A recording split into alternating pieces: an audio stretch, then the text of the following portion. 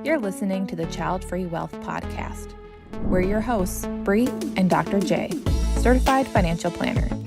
Here we discuss life and finances as it relates to being child-free. This podcast is for educational and entertainment purposes only.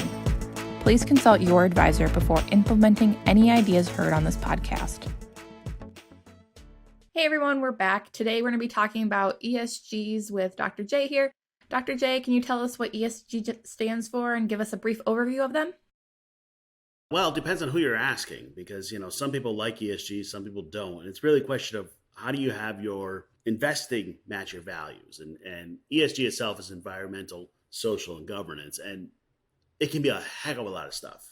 All right. Whatever one person considers an environmental issue, somebody else doesn't. What other people decide a governance issue, it can go crazy. And if you get too far down this path, if you want your investing to match your values, eventually you run out of things you can invest in. Mm-hmm. So, Bri, what are the values that matter to you? I am big on community, education, social participation, and sustainability. Those are like my 4 core values. So let me play with this. Okay. Do you want to invest in oil? Not particularly. Why? Because I think there are better ways to go about energy. I know we can't completely get rid of oil, but I do think we need to pursue other means of like clean energy sources. Okay, Bri, I'm a little tough on you for a second. You've shared that your wife is a pilot. Most of the airlines I can't invest in fossil fuels. I know.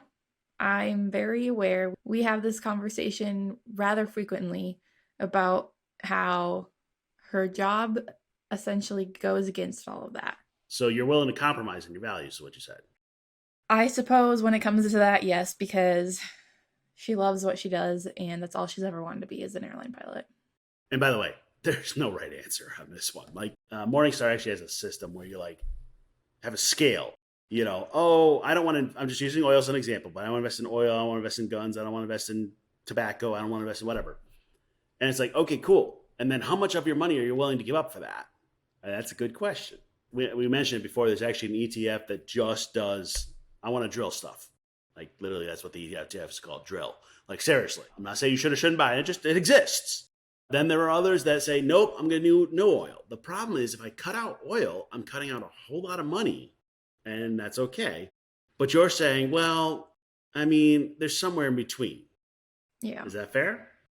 That is fair because like the whole sustainability movement and moving towards only electric vehicles, I don't think that we're at a point where that is possible within the next few years. And so some of that is a little too much of a push for me. I'm like, let's look at this from a more practical standpoint. Can we really do that? I don't think we can. And that pisses people off when I say that, but that's my feelings. Yeah, and as we go further in ESG, there's the UN bad list. I call it the 17 goals, looks around poverty and energy and climate and all that. Some of them no child labor. Okay, but now in the US, some states are now allowing child labor, especially in fast food restaurants. I don't know if you've seen that, but as a way to argue through the labor shortage, they're lowering the ages for kids working. What are they calling the age limits? You'd have to look state by state, but you would not like the answer. And by the way, let's be real on this. If your family has a farm, you've worked on it your entire life. Yeah, you're out there when your dad tells you to go out. If you're big enough to hold the pitchfork, you're out mucking stalls. Yep.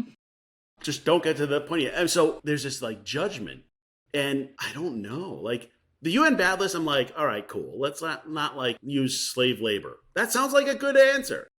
But then this is where my analogy with the ESGs is the good place. If you haven't watched the show The Good Place, they have a ranking system for who goes to the good place and who goes to the bad place. And spoiler alert, in the end, I find out really nobody's going to the good place because everything has a negative start somewhere. Yeah, you buy your loved one a diamond. Now we get into the conflict diamonds. And how is it mined? Where do we draw the limit?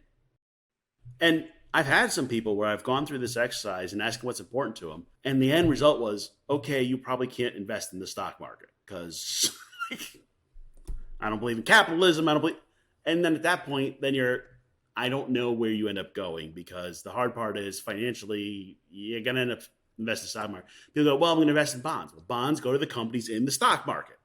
Mm-hmm. So one of the ESG is weapons of war. I don't want to invest in companies that do weapons of war. Okay, well, do you have a U.S. Treasury bond? Because guess who's buying those? Yeah, exactly. And that's, I don't know. I personally, I do invest with the ESG style, and I'll go through that in a bit. But I think the hard part is, where do you draw the line? There are those who look at the way I invest and say it's wrong. So the way I always invest in 3 funds: the whole US, the whole world, and some bonds. Vanguard has a set of ESG funds that I use personally. I'm not saying you should or shouldn't use it, that are ESG funds. And those are what they call opt-out ones. So they're like, listen, we're not going to invest in people that are doing the 17 UN things, coal and fossil fuels and weapons of war.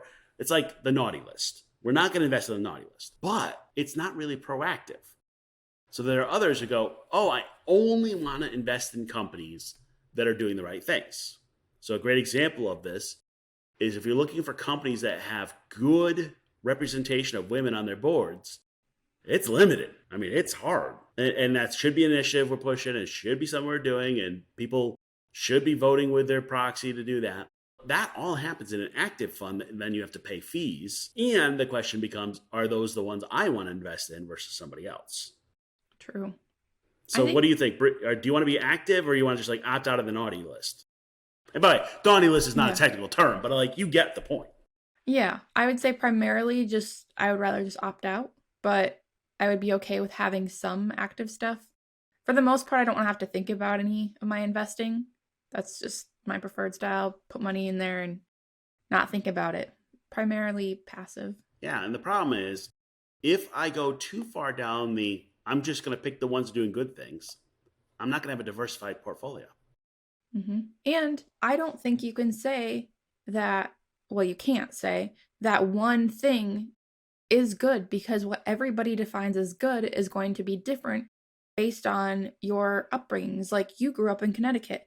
I grew up in South Dakota. I'm sure people can assume how our upbringings were and how we were raised is very different based on that. And our opinions of things change.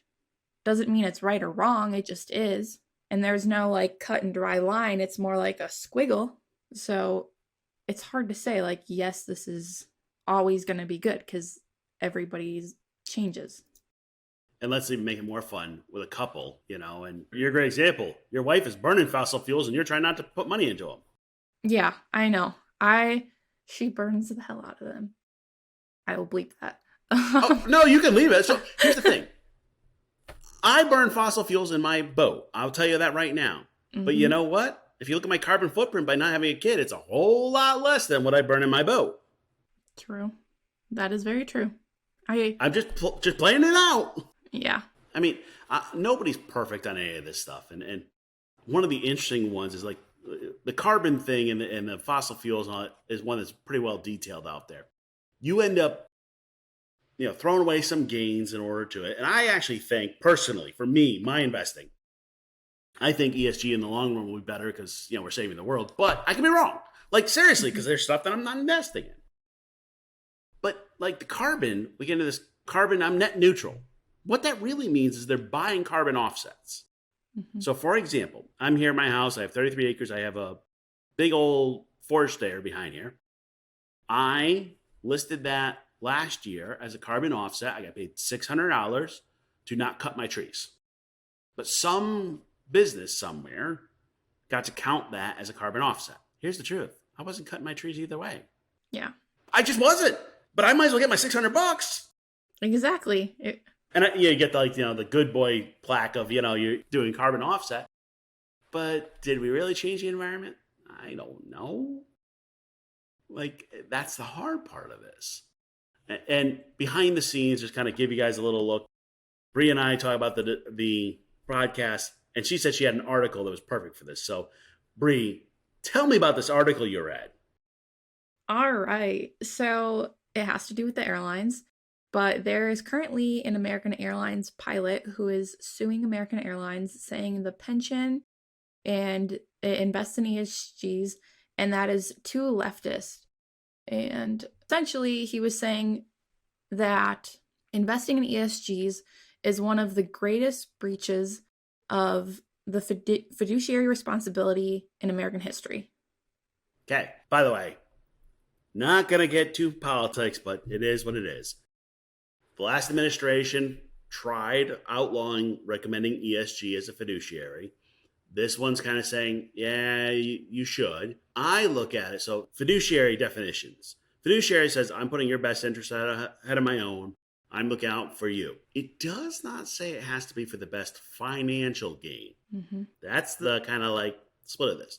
So if I say, hey, you invest in this and it has no oil, you have a potential, you can make more money if you had oil in it, what would you like to invest in? I've done my fiduciary duty. I've explained the ups and downs. I personally, when I work with clients, do not offer ESG unless they've said something that leans me in that direction. By the way, usually you can tell pretty quickly where somebody wants to go with their finances. And I'll ask questions like, do you care what you invest in? And I get people, oh yes, and I'm like, okay, that's an ESG path. Yep. Because the people that are very adamant about it, I can guarantee will go that path.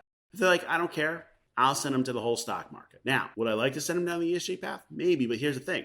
ESGs have a little higher fees, so that's issue, and a little less diversification. So, okay, I can understand from a pure financial standpoint, is ESG the right choice? We don't have enough data. Historically, the belief was ESGs were going to do worse than the old stock market. The current data says, nah, not too far off.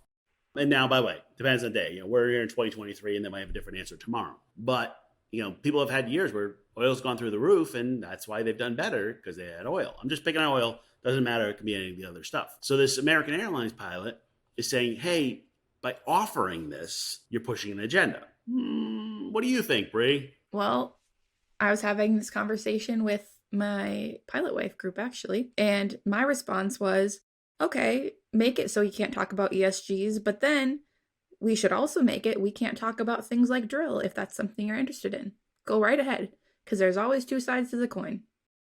And by the way, I'm going to argue, by the way, it's not exact, but go with me for a second, that if you decide to invest in something that does all oil, you are investing based on ESG. Yep. You're just investing on the inverse. Exactly. Like, if you're going to outlaw one, outlaw the other. That's my opinion. So you're really hurting yourself. I don't know. And by the way, a lot of 401k plans do not currently have ESG options. And a lot of them are waiting to find out to see kind of where does this end up because of this issue. I don't know. I mean, it's going to go to court. And the question really is going to become, is a fiduciary's duty just to get the most money? Now, we are here in a child-free group. My argument is what's more important is your life than your money. And let's say you're embracing die with zero and you want to run your net worth down over life. I guess then by that theory, I could not advise you on anything that says, hey, this is how you spend your money. It's always got to be about how to grow your money. That's not what the fiduciary duty is. Yeah. Fiduciary duty is about putting the client first. If my client says this is a priority, then I need to do that. Now, on the flip side, I can see the argument about I, as the CFP, should not be pushing my agenda on others. I'm okay with that. I'm going to tell you right now, though, you pick a child-free financial planning firm, there's going to be a certain amount of bias in it. It's not discrimination. It's just, I'm going to say things from a child-free lens. Mm-hmm. You don't like that. That's okay. Yeah. Like, people do appreciate the child-free lens because there are not conversations about having kids in our meetings, and we're not going to be like, oh, you should have kids or you should do this or that. No, that's not where this comes from. And I agree. The fiduciary responsibility, I agree with the definition of it, obviously, because that's what I'm striving to do. And I think that I think some people are just too wound up and need to take a Xanax or something and just chill out. And right now, we are recording this in June. I don't know when it's going to air, but right now we're recording it during Pride Month. And there's all this stuff about stocks and LGBT and people showing pride is going to impact stocks. I'm like, holy cow, what did we do wrong here that we can't just say people can be people and it's okay to be okay with people? I'm just trying to keep it simple here. We at Childfree Wealth are very proud of embracing everybody in diversity and making it part of our culture. So if they want to ban us, go right ahead. I don't care. Actually, give us good publicity. Please do. I got a second book coming out end of 2024. And the best thing that can happen for is to get on the banned book list. But this is the argument around ESGs and saying, all right, should our money go to where we believe in? And the answer is yes. And if that means you don't want to buy a certain beer because you don't believe in what they did for advertising, I don't care. Go ahead. That's your money. I don't agree with it, but that's you. Yeah. Be you. Let's ignore the fact that they are buying that beer to destroy the beer, and the beer company already just sold the beer, so they don't care. But yeah, sales either way. It used to be the old school. This was like they would burn jerseys of the teams they don't like, and people are like, go right ahead because I already sold the jersey. I don't care what you do with it. I don't know. I mean, the question is how important are your values? Now, and I'm not saying like you have to have an exact line in the sand, because there is no way you're going to have a good, diversified portfolio that 100% follows your values. Agreed. It's not. But I sleep a little better, not completely better, a little better knowing, hey, these are the things I don't want to invest in. Now, I've also had people like on the list of the ESG, like there's no gambling, no sex work, no guns, no. And people are like, oh, but I believe in one of those. I'm like, that's okay. I can't. You can go buy just that stock if you want, but like this ESG pool puts it all in there. Yeah. I think gambling was one somebody was like, but I like gambling. Well, then go gamble. But that's not part of the ESG pool. So you just have to kind of find that balance. I think the hard part is your 401k, you're not going to be able to. And that's where most of your money is. Yeah, there are not many options. I just reviewed my wife's the other day, and I think there were 7 options total there. And most of them target date funds. Yeah. Yep. Yeah. There were 5 of them were target date funds. Yeah. Then people go, well, should I just not invest in my 401k? No. Like, you need to do what you got to do. And I don't know. I guess the point is, like, if you're like, hey, I don't agree with what companies are doing. I don't agree with consumerism. I don't agree with landlords. I don't agree with... Okay. But the system we live in right now is a capitalist society. If you want to make money, you have to invest. I don't know, Bri. What do you do if you're like just hardcore socialist or whatever it may be? You don't believe in capitalist society. Do you still invest in the stock market? I think it's okay to not agree with the system that you are in, but also participate in it, realizing that as of today, that's the only way you're really going to get ahead, or one of the easier ways to get ahead. Because at the end of the day, people listen to people who have money. And if you can accumulate wealth and use it for good, that's a really good way to make change. And I've seen some people do that where they'll invest in whatever, but then they use the proceeds to match their goals. You know, invest in whatever, or, you know, give and invest in whatever. And I'm like, that makes good sense. The hard part there is really you made your money off of things you don't believe in to help the things you do.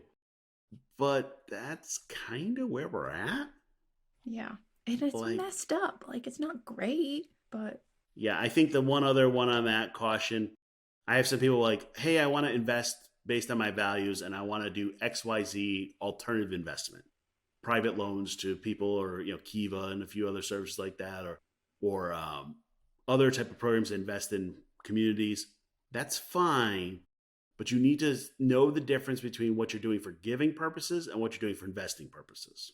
Absolutely. If you want to take 10% of your money, so I take 10% of my money and I call it my gambling money. I invest in whatever I want, individual stocks. Everything else is in the ESGs or target date funds, depending on like 401ks or whatever's available. So my 10% goes to stocks I think might work or whatever. And by the way, not part of my investing plan. That's my gambling plan. If you want to take 10% and go towards your values, 100%, you know, you're investing in alternative things that you think will go where you want to go. Cool. That's not part of your investing plan now. That's part of your giving plan or your community plan, or I don't know what you want to call it. You can call it whatever you want, as long as it's not part of your investments. Now, would you make money on that? Maybe. You know, it's like people go, oh, I want to invest in crypto. Well, crypto's got a huge carbon problem in the core models, Some of the other models now are going so that it's not as big of a deal. But the original crypto had some issues with it. Well, I don't know. Like, I feel wishy-washy on this podcast because it depends on what matters. Mm-hmm. I think this is one of those areas. So I try to separate the stuff you can do yourself and the stuff you can need help. This is one of those where working with a professional can help you to kind of just walk through, what are you giving up? What are you doing? Where are you going? What matters? What doesn't? What I tend to find is people start with, I hate the world the way it's set up. I hate the structures. I hate the corporations. And then I go, okay, how do we find a niche within that you can feel comfortable with on your investments? Mm-hmm. If you can't, the only other option, like you put it in your savings account, but I'm not going to argue that your bank is better than the whatever corporation you're in. I mean, you're still profiting somewhere. Somebody else profiting on it. The other option, I guess, put the money in your mattress, but with inflation, that's getting rid of it. And plus, your mattress is made of material that I'm sure is not sustainable. So, like, very true. Like, this is the problem. It's a matter of walking it through. I think the more interesting one is couples and kind of trying to find the set of values. What happens if one member of the couple wants to invest in everything and one wants to do it value-based? Mm-hmm. Now they're kind of investing towards two separate goals. Is that okay? Does it matter? And I've seen some couples where it's a big issue. I've seen others like, man, they do their money. Who cares? But it's especially, I swear, like we should have like a political, finance, and like overall life goals test for couples before they get engaged. Oh, yeah. You know, you put like a scale on where you are on all these issues and like pick which one of these matter most. So you know all of them in advance. The other one I saw was interesting was what happens if your spouse changes, let's call it political parties or mm-hmm. political directions in the middle of a marriage. It's been an interesting debate right now. The other one I've seen is, can you date somebody from the opposite political party? I don't know. Can you date somebody with opposite values? I don't know. Like, we'll have to come back and do an episode on compatible baggage, but all of this is part of your values, and you need to make sure your investing is good enough on your values. And I don't mean to like make light of it, but just so you can live with it. So Bri, bottom line I'm hearing from you is you're okay at your wife's flying, but we're not going to invest in fossil fuels. Essentially, yep. Hey, it's an offset. True. That's all for this week's episode of Childfree Wealth Podcast. Be sure to follow Childfree Wealth on social media, email us at podcast@childfreewealth.com, or visit our website, www.childfreewealth.com.